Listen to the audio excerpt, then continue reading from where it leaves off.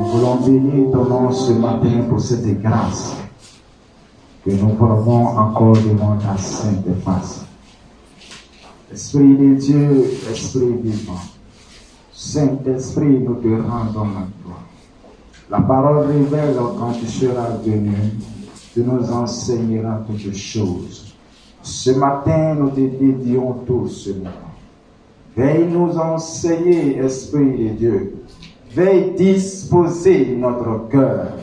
Gouverne ce moment, Seigneur, et que louange et adoration te reviennent, afin que, Père, sortant de ce lieu, chacun puisse recevoir sa portion, Seigneur, dans cette parole que tu as résolu nous apporter en ce jour.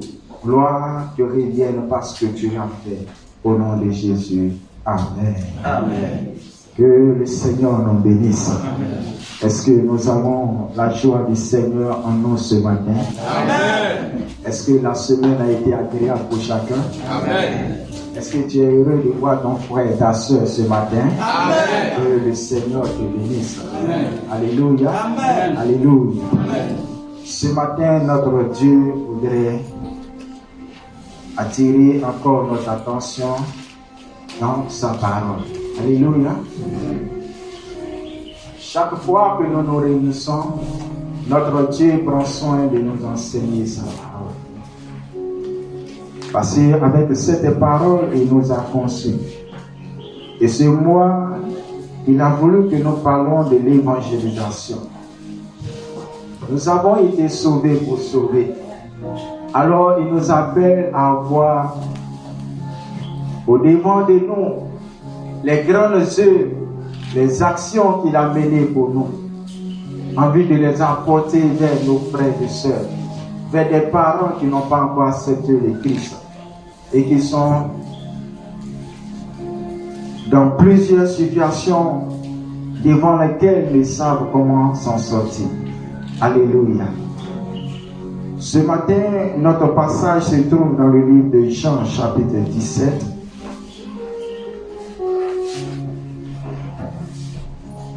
Jean, le chapitre 17, le verset 18. Jean 17, le verset 18. Si une personne a trouvé ce passage, Jean chapitre 17, le verset 18. Tu m'as envoyé dans le monde, de la même façon je les envoie dans le monde. Amen. Est-ce qu'une autre personne peut nous aider encore pour la lecture? Jean chapitre 17, le verset 18. Comme tu m'as envoyé dans le monde, je les ai aussi envoyés dans le monde. Amen. Est-ce qu'une sœur peut nous aider aussi pour la lecture?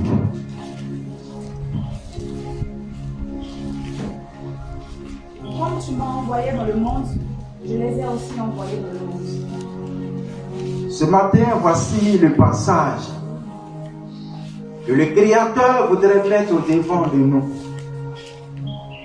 Et le passage nous dit, comme tu m'as envoyé dans le monde, je les ai aussi envoyés dans le monde. Celui qui parle, c'est notre Seigneur Jésus-Christ. Il est en train d'adresser cette prière au Père. Il est en train d'adresser cette parole au Créateur. Pour lui dire, tu m'as envoyé sur cette terre pour accomplir une mission. Et voilà que ma mission est achevée. Mais tu as tiré auprès de moi plusieurs vies. Et ces vies que tu as tirées auprès de moi, je les envoie aussi comme tu m'as envoyé. Alléluia. Comment est-ce que Jésus-Christ est venu dans ce monde? Quand Jésus venait dans le monde, comment est-ce que le monde se trouvait? Dans quel état le monde était? Dans quelles conditions les hommes étaient? À quoi est-ce que les hommes étaient exposés? Est-ce qu'il y avait la douleur sur la terre? Est-ce qu'il y avait des vies qui pleuraient, qui se lamentaient, qui étaient retirées des autres? Est-ce qu'il y avait la maladie qui sévissait? Quand il venait dans le monde, comment le monde se trouvait? Et ce matin, il nous dit, Père, comme tu m'as envoyé dans le monde, je les envoie aussi. C'est notre thème ce matin. Père, comme tu m'as envoyé dans le monde, je les envoie aussi. Quand Christ venait sur la terre, il y avait plusieurs événements sur la terre. Il y avait plusieurs actions qui se passaient sur la terre. Il y a eu un temps où Dieu ne parlait plus à l'humanité. Sur 400 ans, Dieu ne s'adressait plus aux hommes. Les hommes n'avaient plus la possibilité d'entendre la voix du Créateur. Alors pendant ces 400 ans, ils vont commencer à travailler avec leur intelligence, avec leur savoir-faire. Ils vont créer, ils vont développer plusieurs choses. Il aura sur l'apparition sur cette terre-là plusieurs gouvernements qui vont se mettre sur pied. Dans le but d'établir la paix, d'amener les hommes à une vie heureuse. Et ces gouvernements vont s'établir au fur et à mesure. Mais aucun de ces gouvernements ne pouvait établir véritablement la paix que recherchaient les êtres humains. Les Grecs sont venus avec une langue exercée, une langue très riche, une langue très importante, une langue qui avait plus d'influence. Les cultures étaient très avancées, les philosophes et autres vont naître. Tout ceci, c'était pour amener les hommes à la joie qu'ils avaient perdue au départ. Ils vont exercer avec leur langue, avec leur connaissance, avec tout ce qu'ils pouvaient, mais les y arriveront pas. Ils vont faillir, ils vont tomber. Et les Romains vont prendre la place. Et ils viendront avec une armée très forte. Une valide armée. Personne ne pouvait pénétrer l'armée romaine. Ils étaient si efficaces. Pensant qu'avec cette armée, ils pouvaient amener la paix sur la terre. Pensant qu'avec cette armée, la joie pouvait renaître dans les vies, dans les familles, dans les maisons, dans les sociétés. Alors avec cette armée, ils vont se servir de la langue des Grecs, ils vont se servir de la culture des Grecs, et ils vont œuvrer avec tout cela. Utilisant la langue des Grecs, utilisant la culture des Grecs, utilisant cette forte armée, ils n'arrivaient pas à établir la paix. Au contraire, le cœur était déchiré. Au contraire, les hommes se plaignaient parce qu'il y avait des impôts qui venaient. Et l'on souffrait. Le peu qu'ils avaient était arraché. Ils étaient maltraités. Parce que l'armée ne sait travailler doucement. Elle travaille avec force. Croyant que c'est avec la force que l'homme allait retrouver sa position initiale. Et toutes ces choses se faisaient sur la terre. Toute cette ville était menée sur la terre. Toutes ces organisations étaient menées sur la terre dans le but de ramener l'homme à une vie heureuse. Mes bien-aimés, la langue des Grecs a échoué.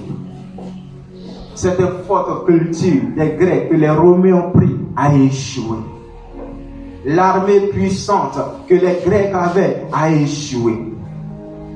Et c'est pour cela que nous allons voir que quand Jésus est né et que les mages n'ont pas rendu compte à Hérode, Hérode va demander à ce qu'on rentre dans les maisons, dans les familles, pour tuer les enfants de 0 à 2 ans. Sur quoi est-ce qu'il comptait? Il comptait sur son armée. Mais il a fait cela, il a plus amplifié la douleur des êtres humains. Alléluia. Jésus nous dit ce matin, Père, comme tu m'as envoyé dans le monde, je les envoie aussi. Envoyer, c'est mettre en mission.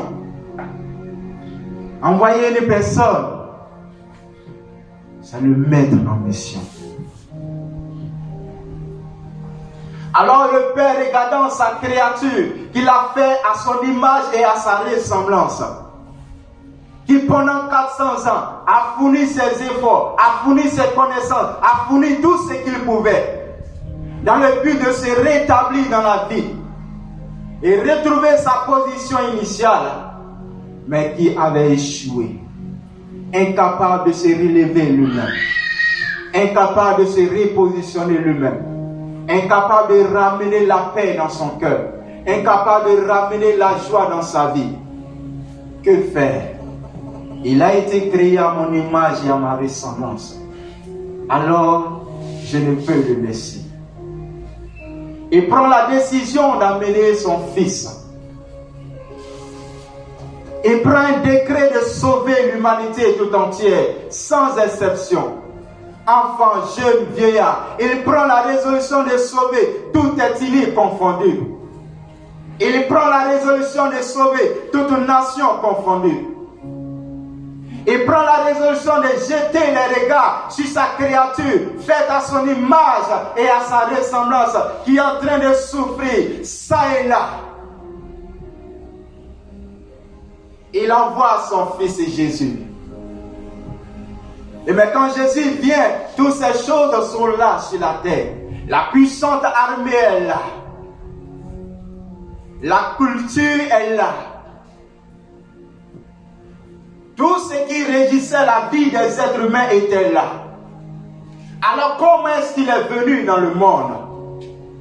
Il est venu avec l'autorité du Père. Il est venu avec la puissance du Père. Il est venu avec la parole du Père. Il est venu avec le cachet du Père.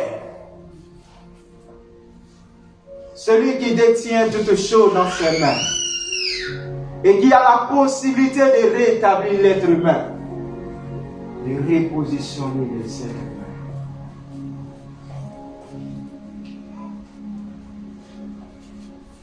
Jésus vient avec l'autorité du Père pour affronter tout ce qui existait déjà sur la terre et qui, au lieu de ranger la vie des êtres humains, les amener à la souffrance.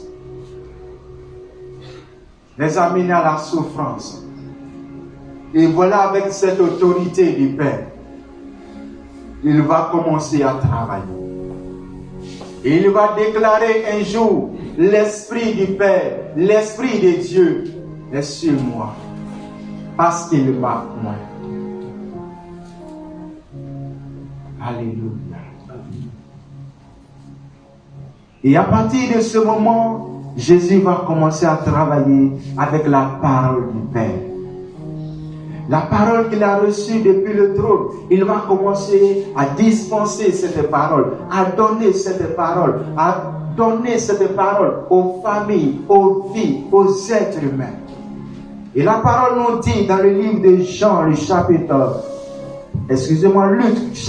4, Luc 4, regardez ce que la parole nous dit. Le verset 20. Luc 4, verset 20. Si une personne a trouvé ce passage, il peut nous aider à la lecture. Luc 4, 20. Luc 4, le verset 20.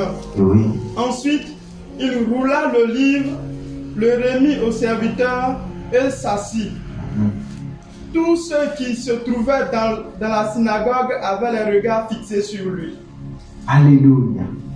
Et comme Jésus-Christ a commencé à proclamer la parole du Père, la mission pour laquelle il est venu sur la terre, la Bible dit que quand il a fini de proclamer cette parole et qu'il a roulé le livre qu'il a déposé, quand il s'est assis, tout le monde avait les regards sur lui. Quelle est cette parole que nous venons d'entendre? D'où vient cette parole que nous venons d'entendre? N'est-ce pas là l'espoir des êtres humains? N'est-ce pas là la parole que nous étions en train d'attendre depuis longtemps? Ils ont fixé les regards sur Christ. Parce qu'ils n'avaient jamais entendu de telles paroles.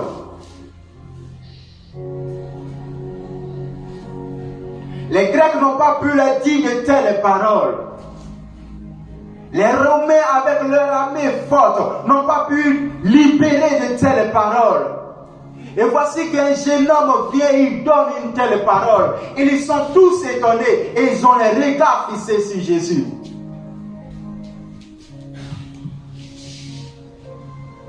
Ils venaient de voir une personne en qui ils pouvaient trouver de l'espoir.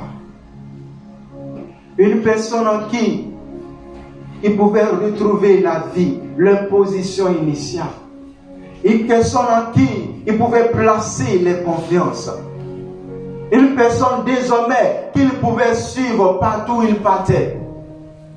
Et sans cela, nous verrons que Christ, quand il se déplaçait, la foule le suivait. Parce qu'ils n'ont pas trouvé ce qu'il disait chez les Romains, dans l'armée. Ils n'ont pas trouvé cela chez les autres bien-aimés. Mais ils ont trouvé cela dans la vie du Fils de Dieu. Il n'est pas venu avec des armes. Mais il est venu avec la parole de Dieu. Il n'est pas venu avec des armes, mais il est venu avec la parole de Dieu, l'autorité de Dieu, la vie de Dieu. L'assurance que le Père lui avait donnée pour venir sauver les humains. Il voyait l'armée qui était là. Il a vu tout ce qui était établi sur la terre. Et il n'avait pas eu peur parce qu'il savait que la parole de Dieu est plus forte que cette armée qui existait. Et il fallait quelqu'un pour venir proclamer cette parole, pour qu'effectivement le cœur brisé soit guéri.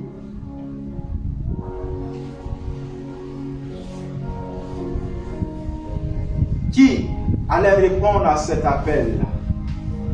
Le Fils a répondu. Et quand il a commencé à œuvrer, quand il a commencé à donner la parole, voilà que plusieurs vont venir s'attacher à lui. Vont venir, vont écouter la parole et vont commencer à croire. Alléluia. Au soir de sa mission, il mandate ceux qui ont cru. Ceux qui ont trouvé la joie dans cette parole. Ceux qui ont trouvé la vie dans cette parole. Ceux dont leur vie a été rétablie par cette parole. Il les mandate d'aller faire comme il a fait. Il a dit, ne vous asseyez pas. Ne gardez pas cette parole pour vous seuls. Ne la conservez pas pour vous seuls. Allez par tout le monde, répandez cette parole-là. C'est la bonne nouvelle pour quiconque croit. Quiconque croira en cette parole sera sauvé. Répandez cette parole dans les cœurs, répandez cette parole dans les maisons, répandez cette parole dans les rues, répandez cette parole dans les hôpitaux, répandez cette parole en quelconque lieu là où vous serez. Si vous avez trouvé la vie en cette parole, ne la gardez pas pour vous seuls, mais allez et faites comme le Père m'a envoyé, comme vous m'avez vu faire.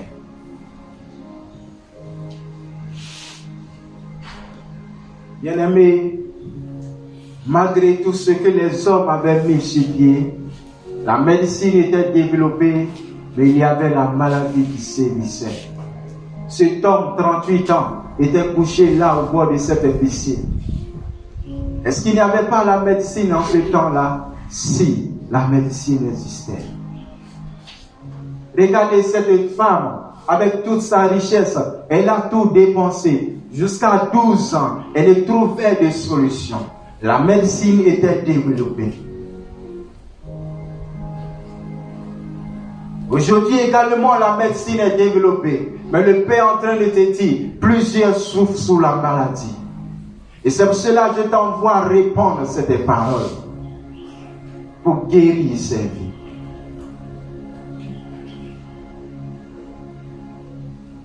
Ne dis pas que non, la médecine est aussi développée. Non, la médecine est là, mais le médecin est limité. Et là où la médecine est limitée, c'est là la gloire de Dieu commence. La victoire de Dieu commence. La puissance, le règne de Dieu commence. Quand il venait sur la terre, il y avait la souffrance. Il y avait des personnes qui avaient la richesse, mais qui n'étaient pas aimées. Malgré sa richesse, Zachée n'était pas aimé par les siens. Mais il entend voir une personne qui passe et la foule le suit. La foule cherche à l'entendre. Il dit, mais quel est cet homme-là? J'irai moi aussi le voir. Alors Zachée va et monte sur ce sycomore pour connaître cet homme-là. Est-ce à cause de la richesse que les hommes le suivent? Qu'est-ce qu'il y a de particulier? Non, il était la solution du monde. Il était la solution du monde. Il était la solution du monde. Et voilà que quand Zachée a couru vers lui, quand il est entré dans la maison de Zachée, qu'est-ce qu'il a déclaré? Aujourd'hui, le salut est entré dans cette maison. Il a retrouvé la joie. Il pouvait désormais bien utiliser son argent. Il pouvait vivre la joie de sa richesse. Il pouvait vivre la joie de son peuple. Pourquoi? Parce que la parole est entrée dans sa maison. Bien-aimé, c'est pour cela que le Christ nous envoie. Il dit, Père, de la même manière tu m'as envoyé dans le monde, je les ai aussi envoyés. Qui sont ceux que tu envoies? C'est nous qui sommes rassemblés ce matin. C'est toi et moi. Nous avons trouvé la joie dans la parole. La parole nous a fait du bien. Et ce matin, Christ nous dit qu'il nous envoie vers des frères, vers des sœurs qui souffrent effectivement. Le monde essaie de mener ces solutions qu'il peut mettre en place. Mais toi, tu as une solution aussi en toi. Et la solution que tu as en toi est la meilleure solution. Quiconque l'a saisi est rétabli dans sa position initiale. Oh, bien-aimé, c'est une grâce que nous avons reçue de connaître Jésus-Christ. Penses-tu qu'il n'y a pas des hommes qui souffrent encore sur cette terre? Les gars de l'armée est développée.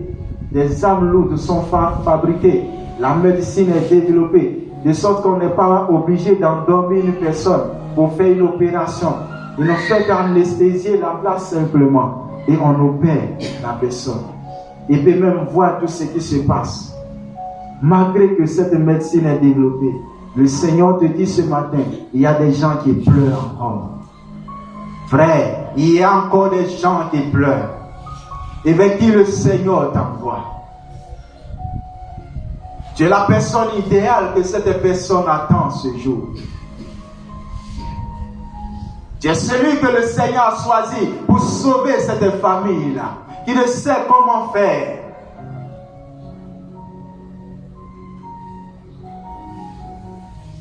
Tu dois sauver cette famille.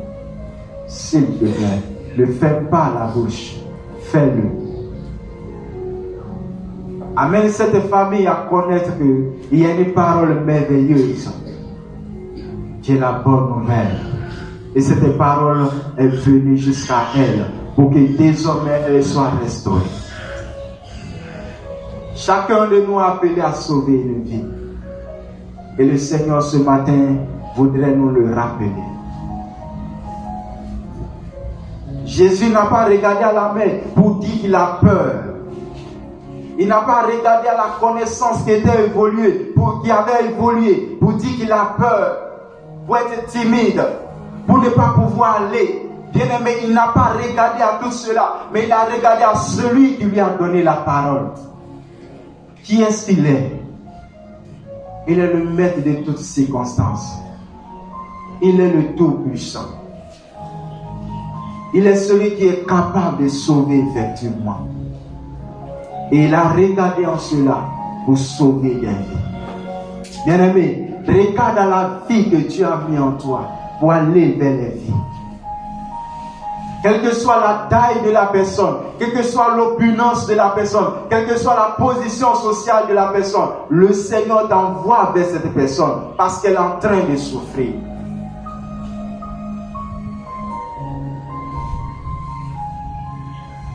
Il lui faut une lumière pour éclairer sa vie. Et la lumière qui éclaire la vie, c'est Jésus-Christ de Nazareth. Et tu l'as en toi.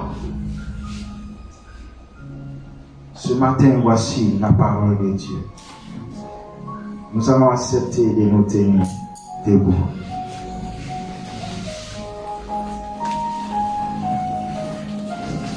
Et s'il te donne encore la peur aujourd'hui, la timidité, la honte, tu te dis je suis incapable, mais le frère est en train de souffrir, la soeur est en train de souffrir, cette famille est en train de souffrir, elle t'attend, bien-aimé. Père, comme tu m'as envoyé, je les ai aussi envoyés. Il nous rappelle ce matin que nous sommes en mission sur cette terre. Bien-aimé, tu as été envoyé. Oh. Est-ce que tu t'en rends compte que tu as été envoyé par le Père? Et plusieurs fois, il t'a demandé de parler. Tu as fermé la bouche et la personne est restée dans la souffrance. Alors que tu avais la parole idéale ce jour-là pour proclamer la vie, pour que cette personne soit restaurée. Ce matin, tu vas parler à ton Créateur. Et tu es en train d'exercer la mission, glorifie Dieu. Si tu ne le fais pas, dis Seigneur, pardonne-moi. Je veux le faire. Dis Seigneur, je veux le faire. Je veux le faire. Tu n'as pas regardé aux circonstances qui minaient le monde et tu as proclamé la parole. De telle sorte que les regards se sont portés désormais sur toi. Les regards ont quitté l'armée romaine. Les regards ont quitté la culture. Les regards sont venus sur toi. Et par ta parole, plusieurs vues ont connu la vie, ont connu le salut. N'es-tu pas en train de te dire que cette mission est aussi difficile pour moi? Non, Seigneur, je ne peux le faire. Le Seigneur te dit ce matin qu'il t'a donné la capacité de le faire. Oh, quand Jésus-Christ venait, il lui a donné la capacité de venir sauver le monde. Quelles que soient les circonstances qui étaient sur la terre, la puissance a été donnée à Jésus-Christ pour sauver le monde. Oh, quand il parlait, il battait, il a dit à ses disciples, vous recevrez une puissance, le Saint-Esprit survenant sur vous. Et vous également, vous serez mes témoins. Oui, vous serez mes témoins à Jérusalem, dans la Judée, dans la Samarie, jusqu'aux extrémités de la terre.